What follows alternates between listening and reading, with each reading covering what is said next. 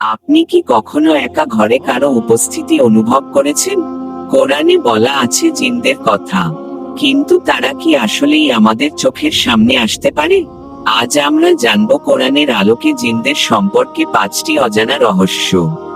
অনেকেই জিন নিয়ে ভয় পান, কিন্তু মনে রাখবেন, আল্লাহ জিনদের চেয়ে মানুষকে শ্রেষ্ঠত্ব দিয়েছেন।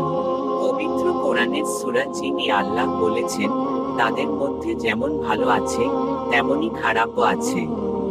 আর সবচেয়ে বড় সত্য হলো, যারা আল্লাহর জিকির করে, তাদের জিনেরা কোনো ক্ষতি করতে পারে না। আল্লাহর ওপর ভরসা রেখে আপনি কি প্রতিদিন ঘুমানোর আগে আয়াতুল কুরসি পড়েন? কমেন্টে লিখুন সুবহানাল্লাহ, এবং এই সত্যগুলো সবাইকে জানাতে ভিডিওটি শেয়ার করুন। প্রিয় দিনী ভাই ও বোনেরা, আজকের এই অজানা তথ্যটি কি আপনার ভালো লেগেছে?